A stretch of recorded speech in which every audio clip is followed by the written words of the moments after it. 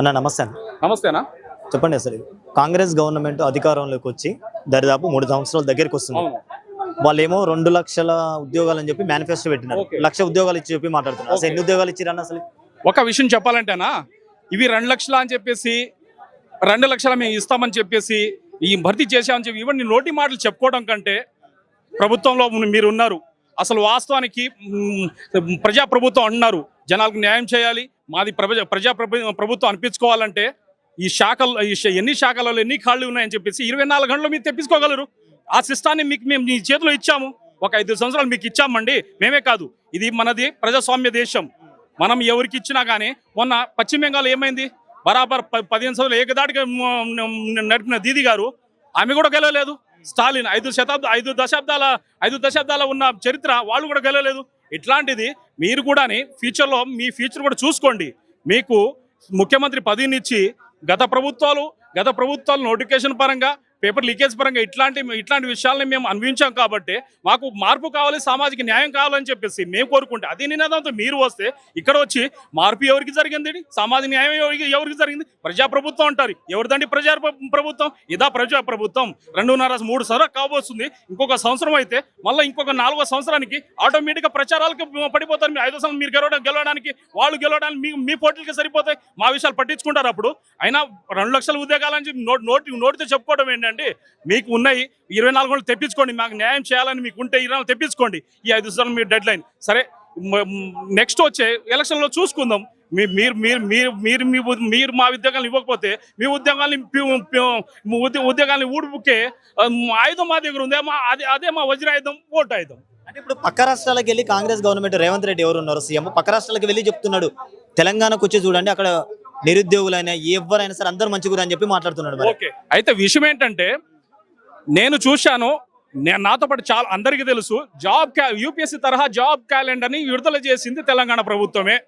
ఏది కొత్తగా ఏర్పడ్డ కాంగ్రెస్ ప్రభుత్వం. దాని తర్వాత తెలంగాణ ప్రభుత్వం ఏదైతే జాబ్ క్యాలెండర్ విడుదల చేసిందో జాబ్ క్యాలెండర్ ఊసే లేదు. కానీ పక్క రాష్ట్రమైన ఏపీ ఆ జాబ్ క్యాలెండర్ ఇంప్లిమెంట్ చేస్తుంది అని మనకు ఉండాలి కదా సోయి. మరి విద్యాశాఖ మంత్రి ఏడి? అది జాబ్ క్యాలెండర్ విషయం లేపింది వీళ్ళు, అమలు చేసేది వాళ్ళు. ఇంకెక్కడ ఉంది మన దగ్గర న్యాయం? మార్పు ఏది? సామాజిక న్యాయం ఏది? అన్న ఇంకో విషయం, సీఎం రేవంత్ రెడ్డి దగ్గర 3 పదవులు ఉన్నాయి. అసలు ఇంతవరకు విద్యాశాఖ వేరే వాళ్ళకి ఇస్తలేడు. అసలు దీని మీద మీ స్పందన? ఒక్కడే 3 శాఖలు ఉన్నాయి తన దగ్గర. దీని మీద మీరు ఏం చెప్పాలను? ఓకే, ఇప్పుడు ఎట్లంటే ముఖ్యమంత్రి గారు మీరు చాలా బిజీగా ఉంటారు. మొన్న ఇక్కడ సోషల్ మీడియాలో చెప్తే నేను విన్నాను, నేను అసలు ఫోన్ లేపను. సరే, మీరు ఫోన్ లేపరు, మీరు చాలా బిజీగా ఉంటారు, ఆ విషయం అందరికీ తెలుసు.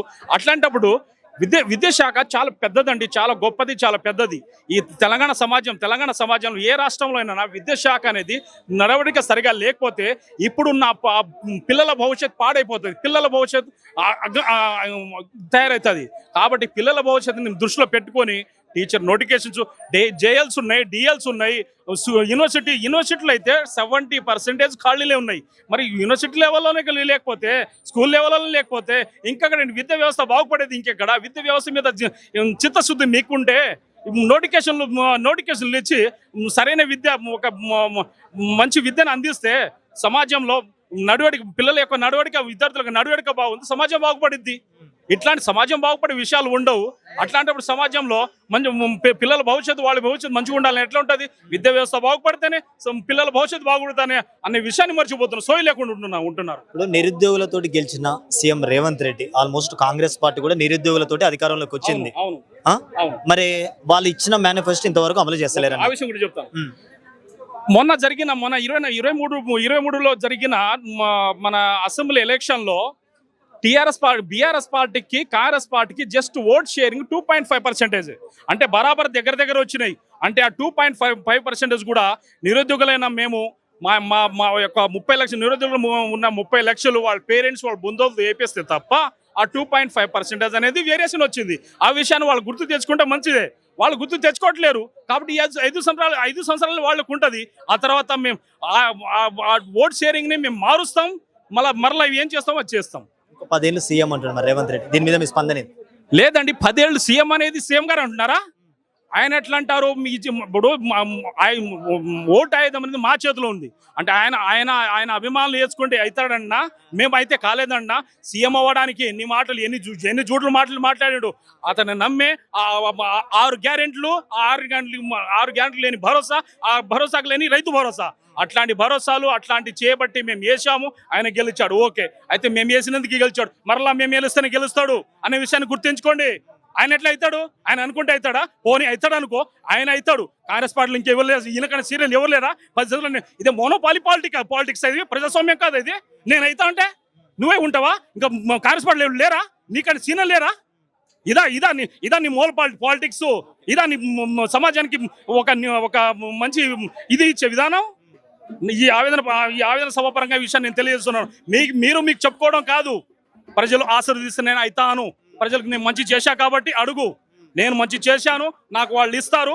నేను ఆశీర్వదిస్తాను నేను నాకు ప్రజలు ఆశీర్వదిస్తారు నేను మళ్ళీ 34 ఉంటాను నేను వాళ్ళకి న్యాయం చేశాను నువ్వు న్యాయం చేయవే నీకు మేము మళ్ళీ 34 ఉంచాలా అంటే నువ్వేమో మోనోపాలిటీ రాజకీయ నాయకుడి మేమేమో పనికిరాను అంటే మేము చదవలేదు అంటే మాకు చదివే తెలియదు పాలిటిక్సే తెలియవు అంటే ఇప్పుడు అల్టిమేట్ గా తెలంగాణ నిరుద్యోగుల తరపు నుండి ఇంద్ర పార్క్ నుండి మీరు ఏం చెప్పాలనుకున్నారు కాంగ్రెస్ గవర్నమెంట్ కి ఒకటండి ప్రభుత్వం 2022 దాకా అయితే బీఆర్ఎస్ ప్రభుత్వం అనేది నోటిఫికేషన్ ఇచ్చింది అవి ఆ నోటిఫికేషన్ మాత్రమే ఒక 70,000 నోటిఫికేషన్లు భర్తీ చేశారు దాని తర్వాత ఆ నోటిఫికేషన్ వరకే 2 లక్షలు ఉన్నాయని చెప్పారు ముఖ్యమంత్రి గారు దాని తర్వాత 2.5-3 సంవత్సరాలు కావస్తుంది అంటే ఈ ఖాళీలు ఆ ఖాళీలు ఇంకా దాటిపోయి ఉంటాయి ఆ విషయాల్ని గుర్తు పెట్టుకొని ఇంప్లిమెంట్ చేసి నోటిఫికేషన్ ఇస్తే మంచిది ఇవ్వకపోతే సరే మా పరిస్థితులు ఈ ఒక్క సంవత్సరం ఇంకో సంవత్సరం మేము జాబ్ తెచ్చుకోగలం మీరు కాదు ఇంకో ప్రభుత్వం తెచ్చుకోగలం ఆ సత్తా మా దగ్గర ఉంది అది మీ జాబులు పోతే అది గుర్తుంచుకోండి